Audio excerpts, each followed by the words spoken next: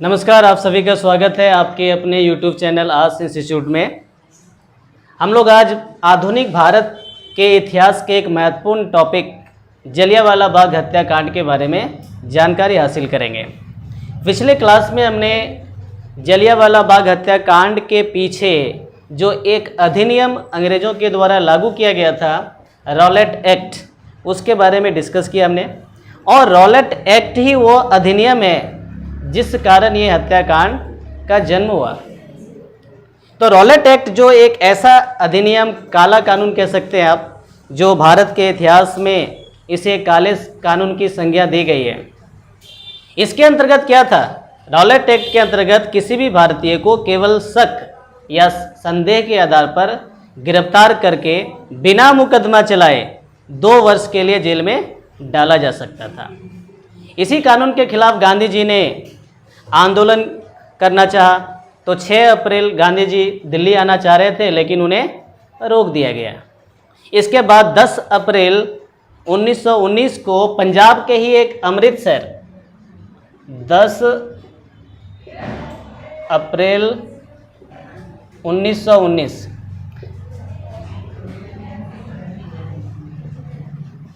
अमृतसर जो पंजाब प्रांत का एक शहर है, यहाँ एक छोटी सी घटना घटी।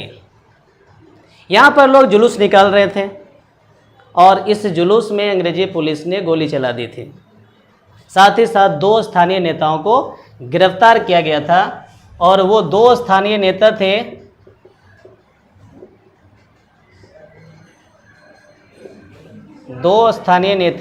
एक का नाम डॉक्टर सत्यपाल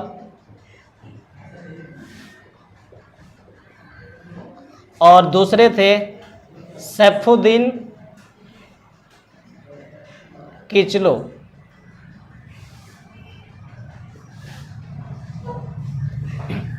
इन 2 स्थानीय नेताओं के गिरफ्तार हो जाने के कारण वहाँ की जनता परेशान थी।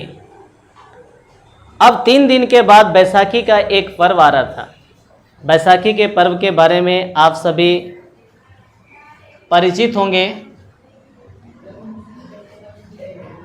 बैसाखी के पर्व के बारे में आप सभी ये परिचित होंगे। एक सेकंड, क्या कह रहे हैं? क्या हुआ? नमस्कार। तो जानते हैं कि 13 अप्रैल 1919 से पहले ऐसी क्या घटना घटी जिस वजह से 13 अप्रैल 1919 को जलियांवाला बाग हत्याकांड हुआ। तो उसके पीछे के घटनाक्रम को हम जानते हैं कि 10 अप्रैल 1919 में अमृतसर में ही स्थानीय लोग अपने स्थानीय नेताओं के साथ जुलूस निकाल रहे थे और उसी जुलूस में अंग्रेजी पुलिस ने गोली चला दी और ये 2 स्थानीय नेता डॉक्टर सत्यपाल और सैफुद्दीन किचलो गिरफ्तार कर लिए गए। इन 2 स्थानीय नेताओं के गिरफ्तार किए जाने के कारण वहाँ के स्थानीय लोग काफ़ी परेशान थे। अब आज़ादी की लड़ाई को आगे कैसे बढ़ाया जाए? आंदोलन बिना नेता के नेतृत्व में संभव नहीं है। इसीलिए 3 दिन के बाद जब 13 अप्रैल 1919 का दिन आया, तब जाकर अमृतसर के जलियांवाला बाग मैदान में भारी संख्या में लोग एकत्रित हुए, क्योंकि 13 अप्रैल बैसाखी का पर्व था। बैसाखी जो पंजाब में सिख धर्म के लोगों का ये महत्वपूर्ण पर्व है और ये पर्व इसीलिए भी महत्वपूर्ण है क्योंकि ये रबी फसल के कट जाने के खुशी में ये पर्व मनाया जाता है। साथ ही साथ इस दिन का एक विशेष महत्व ये भी है कि इसी दिन सिख धर्म के 10वें गुरु गोविंद सिंह ने खालसा पंथ की स्थापना की थी। गुरु गोविंद सिंह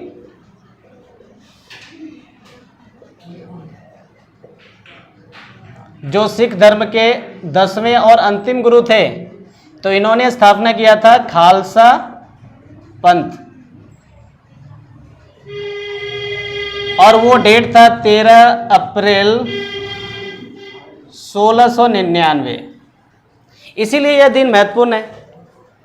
तो इस दिन जब जलियांवाला बाग में सभी लोग एकत्रित हुए, मेले का दिन था, कई लोग मेला देखने, शहर को देखने के लिए, घूमने के लिए आए थे और भारी संख्या में लोग यहाँ एकत्रित थे। जबकि इधर पंजाब प्रांत के अमृतसर और बाकी शहरों में मार्शल लॉ लागू कर दिया गया था। जिसे आप एक तरह से कर्फ्यू कह सकते हैं। और मार्शल लॉ और कर्फ्यू के दौरान भीड़ एकत्रित करना या किसी प्रकार का जुलूस निकालना, मीटिंग करना, ये गैर कानूनी माना जाता है। लेकिन हमारे देश के लोगों को कानून के बारे में उतनी समझ तो थी नहीं, कि उस समय हमारे देश में इतने ज़्यादा पढ़े लिखे लोग नहीं थे। जब जलियांवाला बाग मैदान में भारी संख्या में, हजारों की संख्या में लोग एकत्रित हुए, तो वहाँ पर कुछ नेता वहाँ भाषणबाजी भी कर रहे थे, कई लोग मेले में घूम रहे थे। तभी यह खबर अमृतसर प्रांत के एक अंग्रेज अधिकारी जनरल डायर को पता चली। तो जनरल डायर, जिन्हें ये कमान दिया गया था कि वो मार्शल लॉ कर्फ्यू को नियंत्रित करे, ये अंग्रेज अधिकारी थे जनरल डायर। ये अपनी सेना की टुकड़ी के साथ जलियांवाला बाग मैदान में आ पहुंचे। इनके साथ 90 सैनिक थे। ये 90 सैनिकों के साथ पहुंचे, 90 सैनिकों के साथ पहुंचे।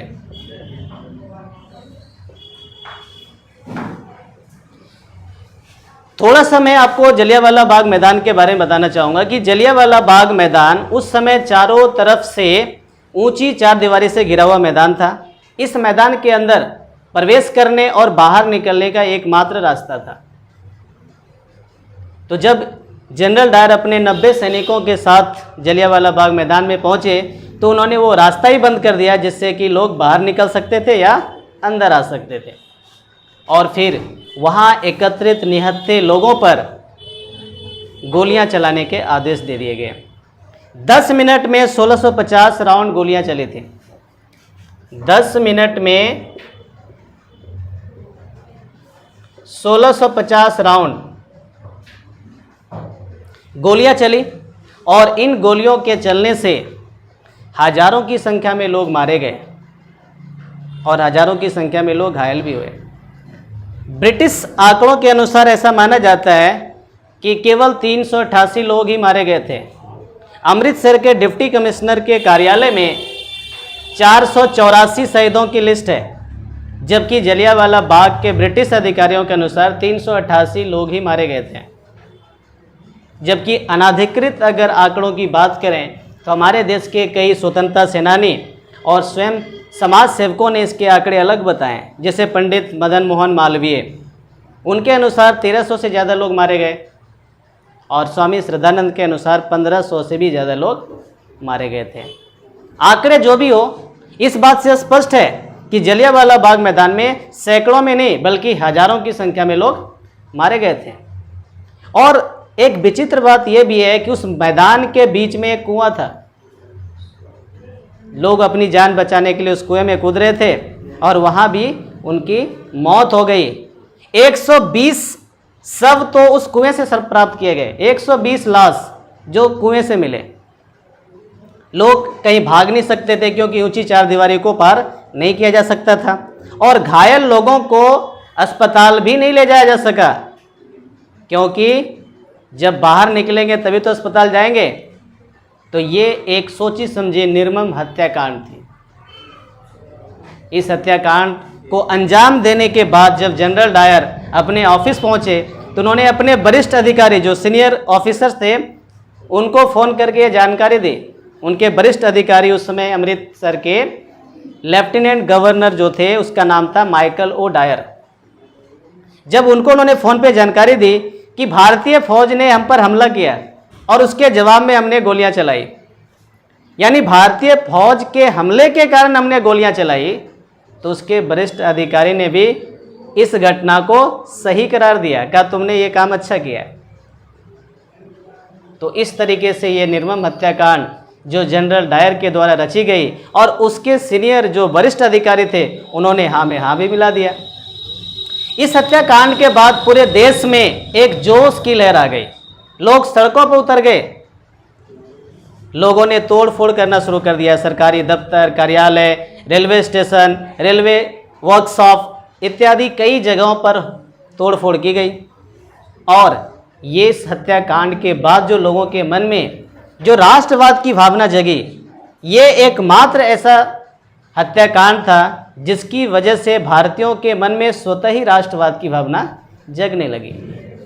और कहीं न कहीं ये हत्याकांड अंग्रेजी शासन के अंत की शुरुआत भी हम कह सकते हैं, क्योंकि इसी हत्याकांड के कारण हर भारतीयों के मन में जो शोक और दुख उत्पन्न हुआ, और उस दुख के बाद जो क्रोध पनपा, उस क्रोध ने अंग्रेजी सरकार की जड़ें धीरे धीरे हिलाना शुरू कर दिया।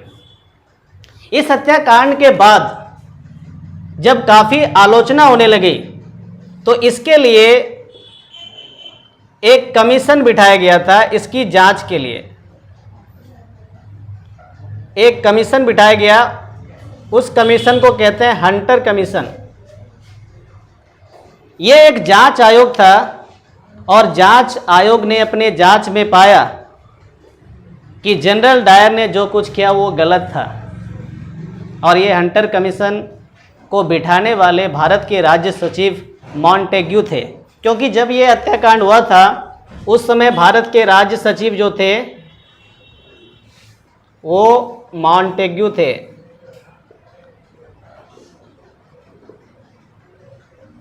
और उस समय जो भारत के गवर्नर जनरल थे, गवर्नर जनरल वो थे चेम्सफोर्ड।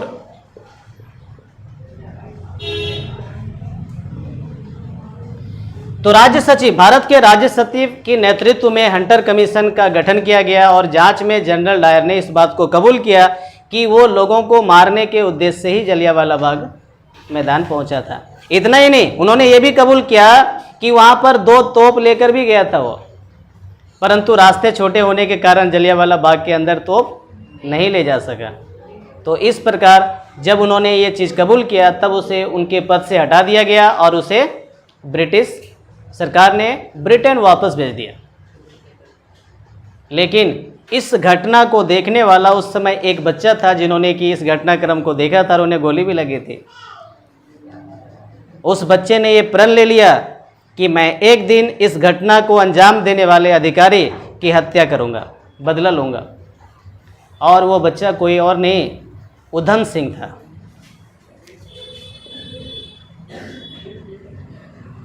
उधम सिंह जो उस समय 10-12 साल के थे, उन्होंने यह घटनाक्रम अपनी आंखों से देखा, तो उसके मन में क्रोध की भावना जगी और उन्होंने प्रतिशोध लेने का प्रण कर लिया।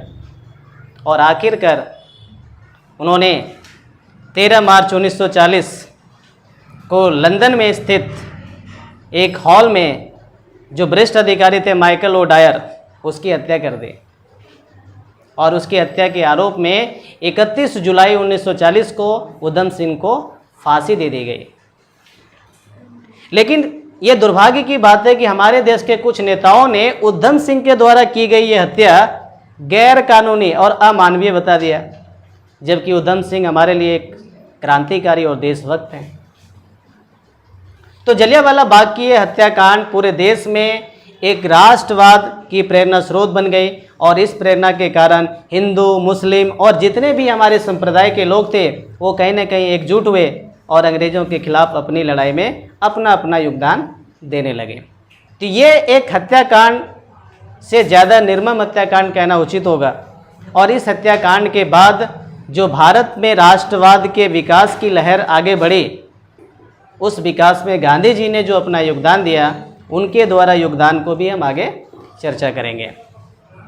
तो यहाँ पर एक आंदोलन की चर्चा मैं करना चाहूँगा, वो है खिलाफत आंदोलन। खिलाफत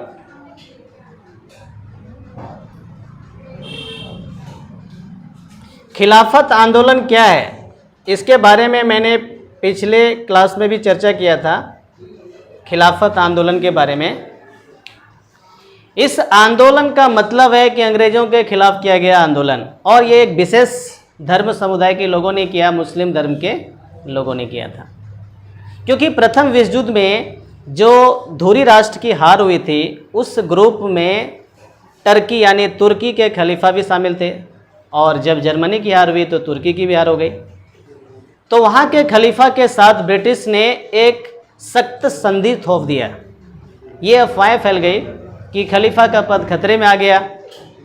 तो इसीलिए पूरी दुनिया भर के मुस्लिम क्या थे, वो ब्रिटिश के खिलाफ हो गए और उन्होंने भी आंदोलन चलाना शुरू कर दिया।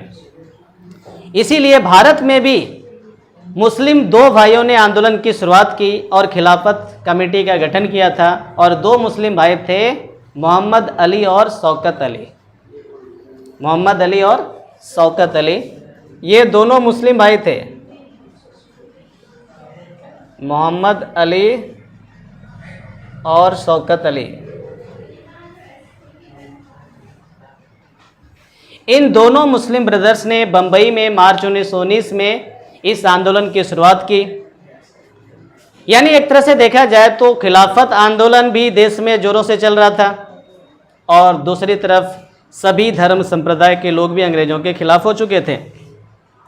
तब जाकर गांधी जी ने एक बड़े आंदोलन के बारे में सोचा कि हिंदू और मुस्लिम को साथ लेकर एक बड़े आंदोलन चलाया जाए ताकि देशव्यापी आंदोलन हो और इस आंदोलन का प्रभाव पूरे देश में अवश्य पड़ेगा। तो इसी विचारधारा के साथ गांधी जी ने, जब कांग्रेस का अधिवेशन हुआ सितंबर 1920 में, कांग्रेस के दो अधिवेशन में अक्सर गलतफहमी है, अक्सर ये कन्फ्यूजन होती है। कांग्रेस के दो अधिवेशन, इस बारे में आप लोग क्लियर रहिए।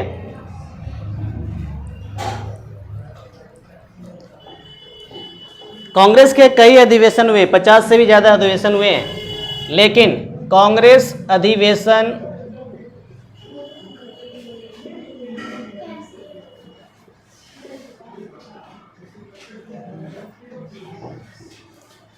सितंबर 1920 और एक कांग्रेस अधिवेशन है दिसंबर 1920। साल एक है, महीने का फर्क है। सितंबर 1920 में जो कांग्रेस का अधिवेशन हुआ वो कलकत्ता में आयोजित किया गया था। इसे कलकत्ता अधिवेशन भी कहते हैं। लेकिन दिसंबर 1920 में जो हुआ कांग्रेस का अधिवेशन, ये हुआ था नागपुर में। इसीलिए ये महीने का फर्क है, साल एक है। तो कलकत्ता अधिवेशन में गांधी जी ने कांग्रेस के नेताओं को इस बात पर राजी कर लिया कि हिंदू और मुस्लिम दोनों को लेकर वो एक बड़ा आंदोलन करना चाहते हैं और कांग्रेस के सभी नेता इस पर राजी हो गए। लेकिन गांधी जी को असहयोग आंदोलन चलाने की अनुमति ये दिसंबर 1920 के नागपुर अधिवेशन में मिला था। तो आगे हम ये जो गांधी जी के द्वारा चलाया गया असहयोग आंदोलन था, ये आंदोलन क्या है, इस बारे में चर्चा करेंगे। आशा करता हूँ कि जलियांवाला बाग हत्याकांड के बारे में जो जानकारियाँ आपके साथ मैंने शेयर की, ये ज़रूर अच्छा लगा होगा। तो कृपया इसे लाइक करें, शेयर करें और सब्सक्राइब करना ना भूलें। धन्यवाद।